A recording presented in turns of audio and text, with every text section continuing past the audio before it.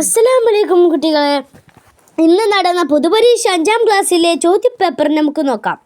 ഒന്നാമത്തെ ബ്രാക്കറ്റിൽ നിന്ന് യോജിച്ചത് പൂരിപ്പിക്കുക. ഒന്നാമത്തത് ലജ്ജ ഈമാനിൻ്റെ ഡാഷ് നബി സല്ലല്ലാഹു അലൈഹി വസല്ലം പറഞ്ഞു. എന്താണ്? ലജ്ജ ഈമാനിൻ്റെ ശാഖയാണെന്ന് നബി സല്ലല്ലാഹു അലൈഹി വസല്ലം പറഞ്ഞു.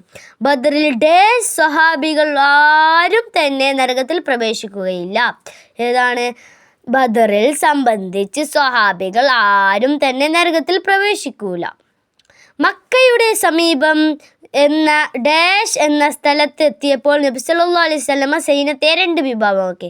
എവിടെയാണ്? സീത്തുവ അല്ല ആയിഷ ബീവിയുടെ ഡാഷ് നബി സല്ലല്ലാഹു അലൈഹി വസല്ലം തങ്ങളുടെ ഖബർ നിലനിൽക്കുന്ന ഖബറിൻ്റെ വരുന്ന ഹുജുർ ഷരീഫ സമ്പൂർണരായ രൂപത്തിൽ നിലനിൽക്കുന്ന ഡാഷ് മസ്ഹബുകൾ 4 മസ്ഹബുകൾ. ശരി അടയാളപ്പെടുത്തുക. ബദറിൽ കൊല്ലപ്പെട്ട ശത്രുക്കൾ കൊല്ലപ്പെട്ടത് എത്രയാ? കൊല്ലപ്പെട്ട 70 പേർ. അമ്പ് യുദ്ധം നടന്നത് അന്തക്ക്, ബദർ, ഉഹദ്. ഏതാണ്? ഹന്തക് യുദ്ധം. ഖുറൈശികളുടെ സഖ്യകക്ഷി ഏതാ? ബനു ബക്കർ. അപ്പോൾ മുസ്ലിമുകളുടെ ഹുസാഹ ഗോത്രക്കാർ. ഹുനൈനിൽ ഷഹീദായ സ്വഹാബികൾ.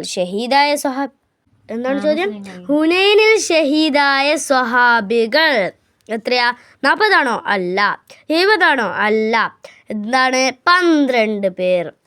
നബി സല്ലല്ലാഹു അലൈഹി വസല്ലമക്ക് രോഗം ബാധിച്ച മാസം സഫർ, മുഹറം, റമദാൻ. സഫർ മാസത്തിലാണ്. മൂന്നാമത്തത് ചോദ്യത്തിന് നമ്പർ എഴുതി യോജിപ്പിക്കുക. ഹവാസിൻ സഖീഫ് ഗോത്രക്കാർ. ഏതാണ്? ത്വായിഫ് പരിസരവും. ഖുതുബത്തുൽ വിദാ എന്താണ്? മനുഷ്യാവകാശ പ്രഖ്യാപനം. സംസാരം കുറക്കുക. ഏതാണ്? സൽസ്വഭാവത്തിൽപ്പെട്ടതാണ്. കൽബിൻ്റെ ശുക്ർ. അള്ളാഹുൽ വിശ്വസിക്കുക. ബനു ഖുറൈള. ഏതാണ്? മദീനയിലെ ജൂത ഗോത്രങ്ങളിൽപ്പെട്ടതാണ് ബനു ഖുറൈള. ക്രമത്തിലാക്കുക. ദഹല വമൻ അൽ മസ്ജിദ് ആമിനു ഫഹുവ. അതിന് നമ്മൾക്ക് ക്രമത്തിലാക്കാം. വമൻ ദഹലൽ മസ്ജിദ് ഫഹുവ ആമിനു. അടുത്തതിൻ്റെ ആൻസർ മൻ കാന യഅബുദു മുഹമ്മദൻ ഫഇന്ന മുഹമ്മദ് ഖദ് മാത എന്നാണ്. എന്താണ്? ആദ്യം ഡാഷ് പിന്നെ സംസാരം. പാഠത്തിൻ്റെ ഹെഡിങ് അല്ലോ. ആദ്യം ചിന്ത പിന്നെ സംസാരം. സത്യവിശ്വാസിയുടെ ഡാഷ് വൻകുറ്റമാണ് സിന. സത്യവിശ്വാസിയുടെ കോട്ടം തെറ്റുന്ന വൻകുറ്റമാണ് സിന. ഈമാൻ കോട്ടം തെറ്റുന്ന വൻകുറ്റമാണ് സിന.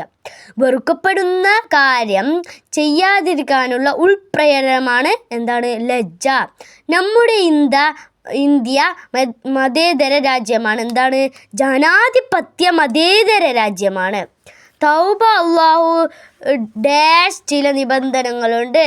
എന്താണ്? സ്വീകരിക്കപ്പെടാൻ ചില നിബന്ധനകളുണ്ട്. എത്രയാണ്? 4 അല്ലേ?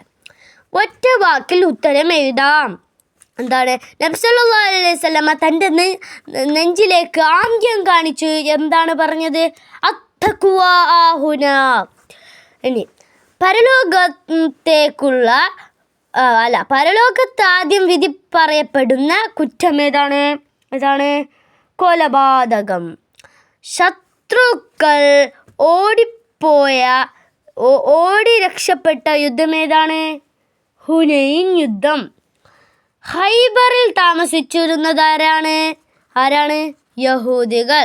മുഅ്തദ് വിജയം ആരുടെ നേതൃത്വത്തിലായിരുന്നു? വിജയിച്ചതാണ് കേട്ടോ. ഏതാണ്? ഖാലിദ് ഇബ്നു വലീദ്. വിജയിച്ചത് ആരുടെ നേതൃത്വത്തിലാണ്? ഉത്തരം എഴുതാം.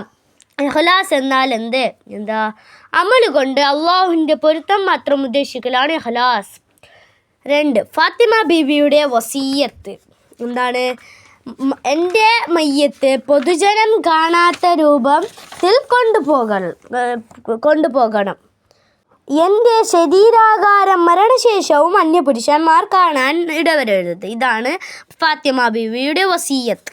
പുരുഷന് ധരിക്കൽ ഹറാമാണ്. എന്തെല്ലാം? പട്ട്, സ്വർണം ഇവയെല്ലാമാണ് പുരുഷന് ഹറാമായത്. ഇനി സാരം എഴുതുക.